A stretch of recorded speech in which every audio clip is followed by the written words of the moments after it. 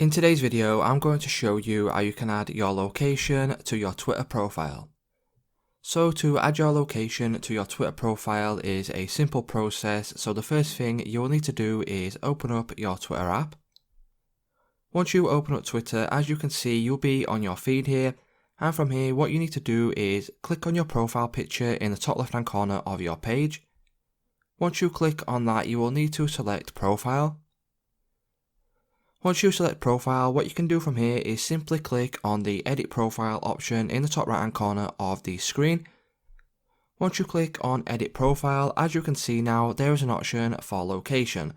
If you click on the location tab, what that will do is it will let you search for your certain location. So for this example, in today's tutorial, I will just search for London, England. As you can see, London, England is now showing at the top of the search results. If you click on that, what that will do is that will put that in your location. If you click on save, as you can see now, it will show that my location is London, England.